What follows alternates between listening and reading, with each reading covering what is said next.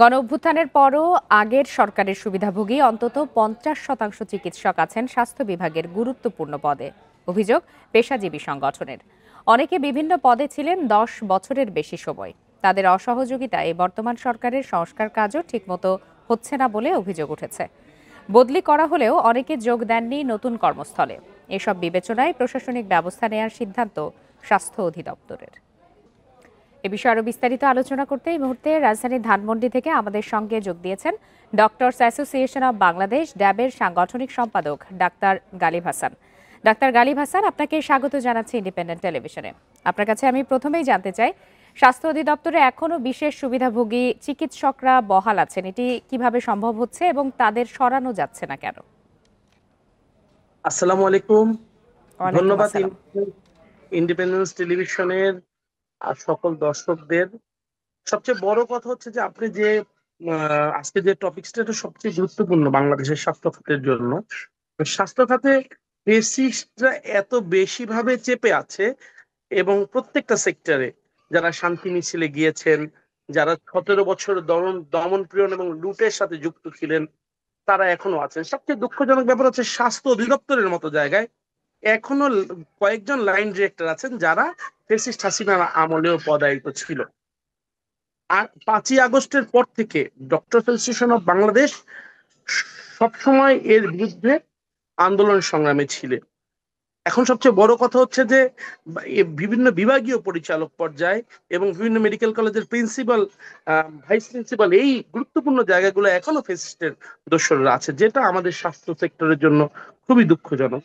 সর্বোপরি কথা হচ্ছে যে আসলে গণতান্ত্রিক বাংলাদেশের আসলে একটা গণতান্ত্রিক প্রক্রিয়ার মাধ্যমে নির্বাচিত সরকারই আম, পারে হচ্ছে সত্যিকারের সংস্কার করতে। এখন আমাদের সংগঠনের পক্ষ থেকে দাবি হচ্ছে অতি দ্রুত একটি গণতান্ত্রিক পদ্ধতিতে একটা নির্বাচন হবে। এবং আপনি জানেন, বাংলাদেশের জাতীয়তাবাদী দল জনাব তারেক রহমানের পৃষ্ঠপোষকতায় ৩১ দফার মতো একটা চমৎকার দফা দিয়েছে, যেখানে সর্বজনীন স্বাস্থ্য নীতি আছে, যেখানে করেন সবার। যে নির্বাচন হলে এসব সুবিধাভোগী চিকিৎসকদেরকে সরানো সম্ভব হবে? নিশ্চয়ই নিশ্চয়ই। জি। আদারওয়াইজ আপনার কাছে আরেকটি বিষয় জানতে চাই যে বদলির পরও তো চিকিৎসকরা নতুন কর্মস্থলে যোগ দিচ্ছেন না, এরকম অভিযোগ রয়েছে। সেক্ষেত্রে তাদের বিষয়ে আসলে এই মুহূর্তে কি ধরনের ব্যবস্থা নিতে পারে স্বাস্থ্য অধিদপ্তর? ধন্যবাদ উপস্থাপিকা।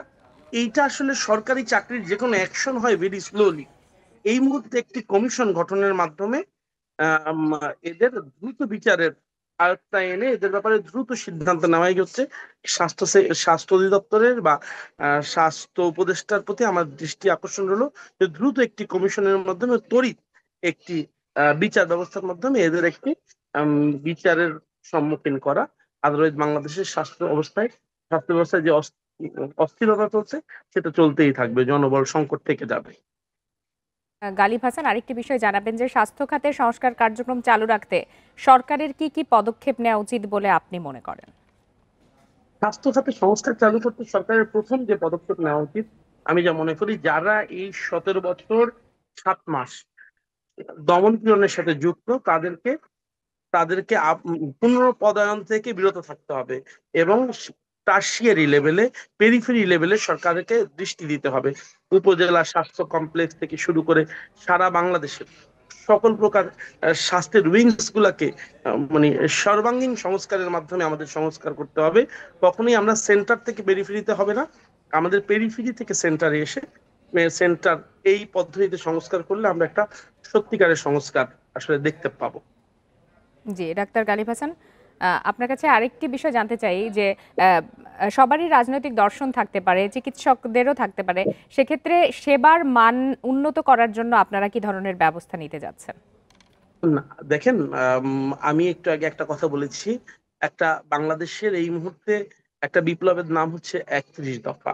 আমরা মনে করি গণতান্ত্রিক প্রক্রিয়ায় বিএনপি ক্ষমতায় আসলে ৩১ দফায় যেসব কথাগুলো বলা আছে, স্বাস্থ্য সংস্থার কমিশন, প্রত্যেকের জন্য সার্বজনীন স্বাস্থ্য ব্যবস্থা, আমরা যেসব জায়গাগুলা শূন্য পদ আছে, আমরা দ্রুত কমিশন গঠনের মাধ্যমে সেই শূন্য পদগুলো ফিল আপ করবো এবং স্বাস্থ্য ক্ষেত্রে যে খারাপ যে ব্যাপারগুলো আছে, যে ছোট ছোট মানে ব্যাঙের ছাতা স্টাইলের যে ক্লিনিক গুলো আছে, এই মানহীন ক্লিনিক গুলাকে বন্ধ করে এর সাথে অবশ্যই একটা জিনিস খেয়াল রাখতে হবে, বাংলাদেশে অসংখ্য মেডিকেল কলেজের জন্ম নিয়েছে 17 বছরে, যে যাতে মানহীন শিক্ষা ব্যবস্থা আছে, এই মানহীন শিক্ষা ব্যবস্থাটাকেও আমাদের বন্ধ করে মানসম্মত একটা শিক্ষা ব্যবস্থার মাধ্যমে চিকিৎসা ব্যবস্থাটা সামনে আগায় নিয়ে যেতে হবে।